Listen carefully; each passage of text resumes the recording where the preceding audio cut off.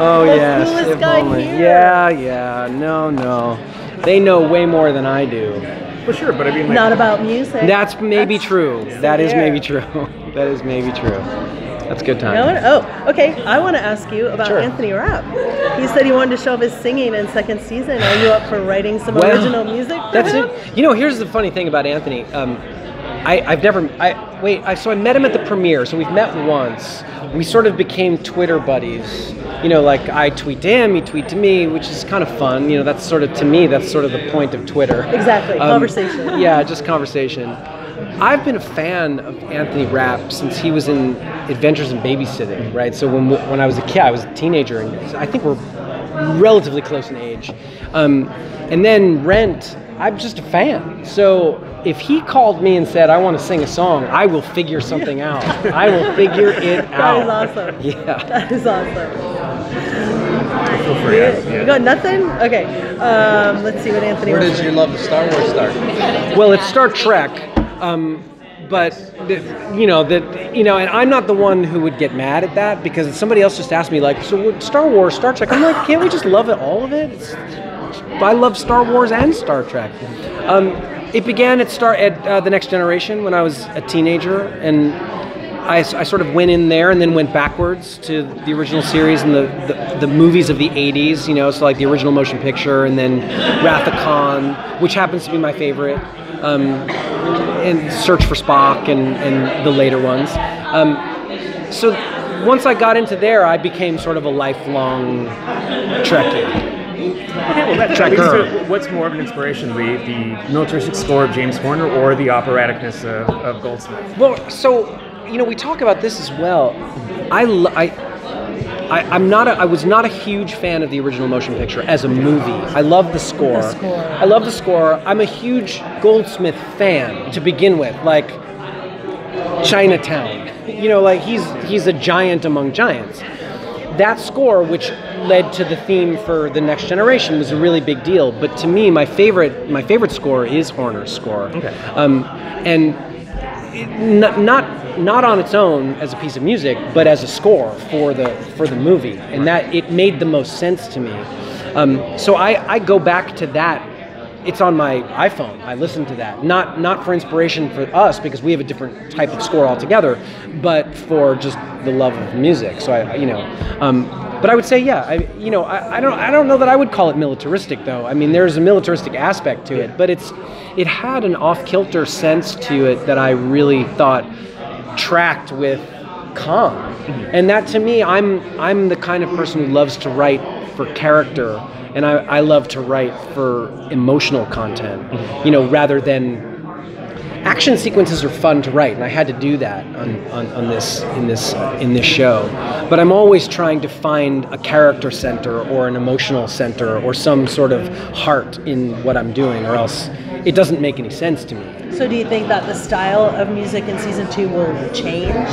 Because the tone of the story will change as the war's over? I don't know that the style will change. I mean, here one of the hardest parts about writing the score for this show is trying to create a unique identity for us musically, and yet still have it feel and sound familiar, because it's a franchise, it's a thing. Star Trek is a thing. So I didn't, if you go too close on one direction, you're copycatting, and if you go too far in the other direction, then you're not doing Star Trek. So it's a really sort of fine line to walk.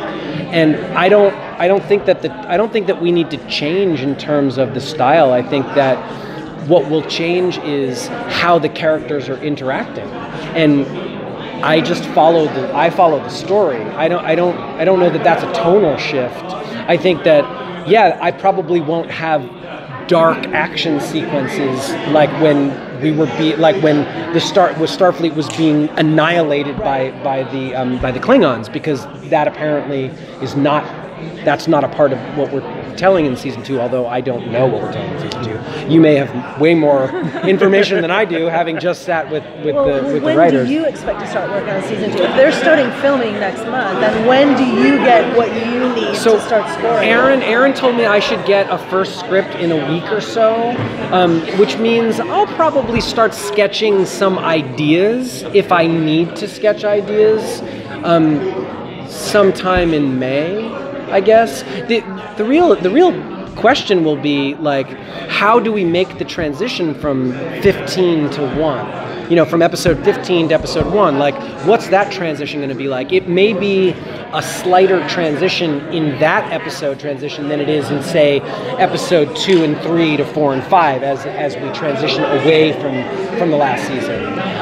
You know, what we know is we've got the Discovery and we've got the Enterprise sitting there. So I know I have to do something with that, right?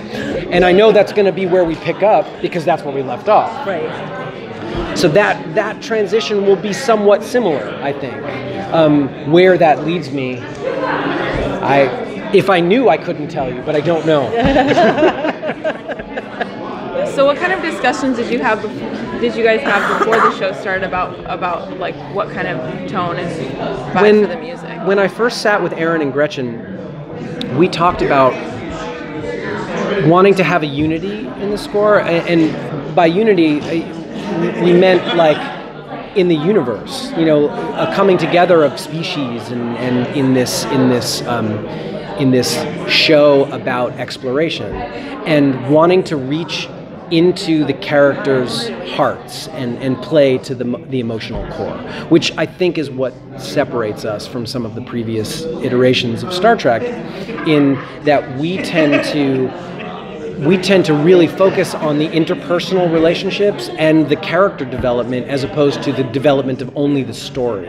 And as a composer, I tend to want to write that kind of music, which I think is what drew me to the project, and what maybe drew the project to me was I tend to like to write emotionally charged music as opposed to only big action music or only militaristic music or dark music. So John Wick isn't the project for you? Maybe not, you know, maybe not. But I tend to want to write to what people are feeling, right, not what people are saying, right, or not what people are doing. Shooting. Right. And, you know, I guess my thought about that is even when you're shooting, you're still feeling. So why not play that as opposed to, oh my God, he's got a gun, or oh my God, he's got a phaser, or whatever. I think that's what I love about this show, is we tell those stories, and we tell the stories about people.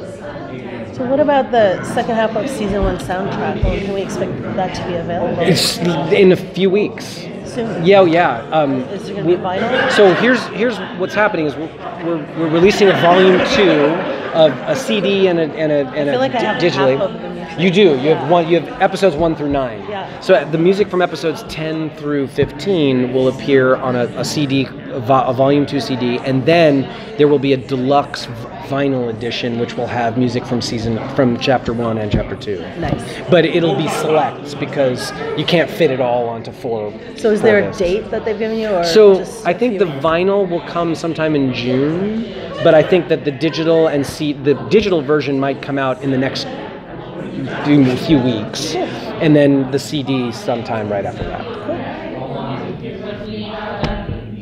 All right. No, I'm trying to formulate it. But no, I wanted to ask is sort of when you make those choices for a soundtrack, like what goes into the decision of that track list? You know, how much coffee I had that day. I mean, there's really no. It just is what was the one that I was liking on that day. There's so much music. I gave Aaron and Gretchen bound copies of the score for the entire season, and there were 2 books that were this thick and like this big. There was so much music, because we do about 36 minutes of music an episode, that it would be impossible to put it all on. Right. So I sort of chose the themes that I really loved and the themes that were really important to me. And I think that, you know, in general, like, I get the occasional email like, why didn't you put this piece on? It's like, well, I can't, because I can't put everything on. Right. Yeah. You know, I can't. And it sort of dilutes the listening experience. I mean, I come from making albums. I was in a band for 25 years or whatever, made a bunch of albums. And making an album and listening to an album is an experience. I mean, at least the way I used to love listening to records. And, you know, I used to put on headphones and listen to Pink Floyd all day long.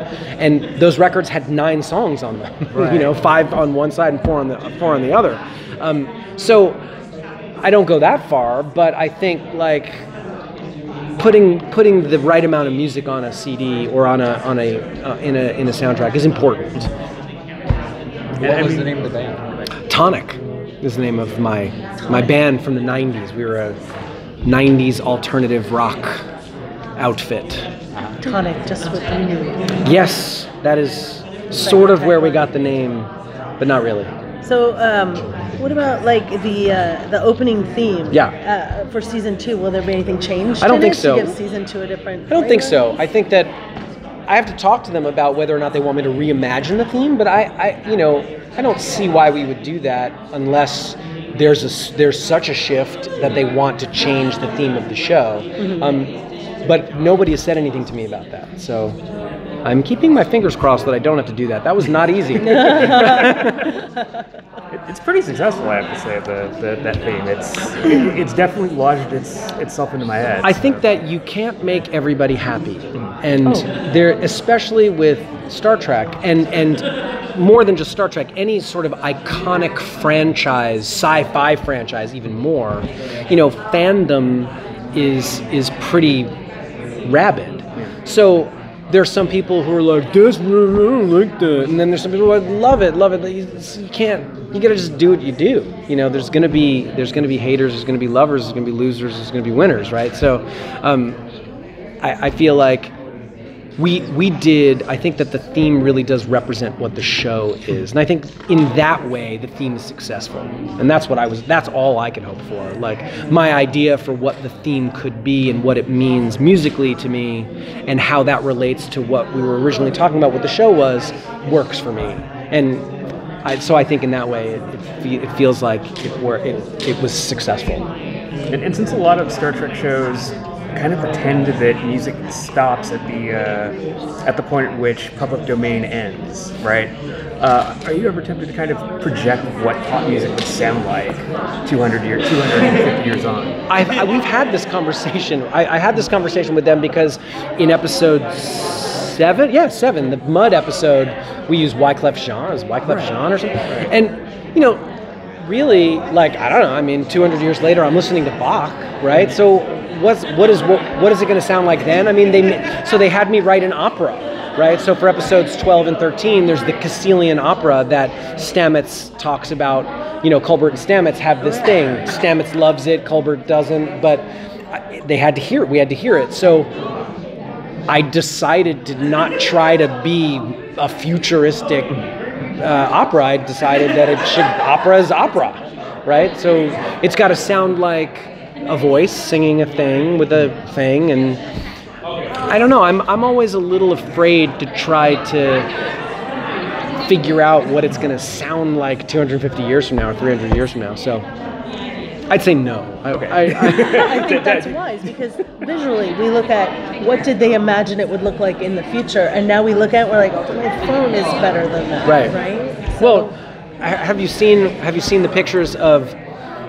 So we've now caught up with Back to the Future. So Back to the Future 3, which ends up in the future, right, was 35 years past that, which we're now at or around, and not even close. We're not even close. Nobody's. Where's my hoverboard? Where's my hoverboard? Where's my flying car? Where are my self-tying shoes? No. Yeah. So I'm a little. My car doesn't run on a banana. No. That would be nice. Banana peel would be even better. I'm a little reluctant to try to figure out what the future is. I leave that to the designers. You know, they can figure that out. I'm just going to write music that makes us feel good. Right? I dig it. Yeah. Thank you. Thank you. Thank you so much. You're welcome. Good job.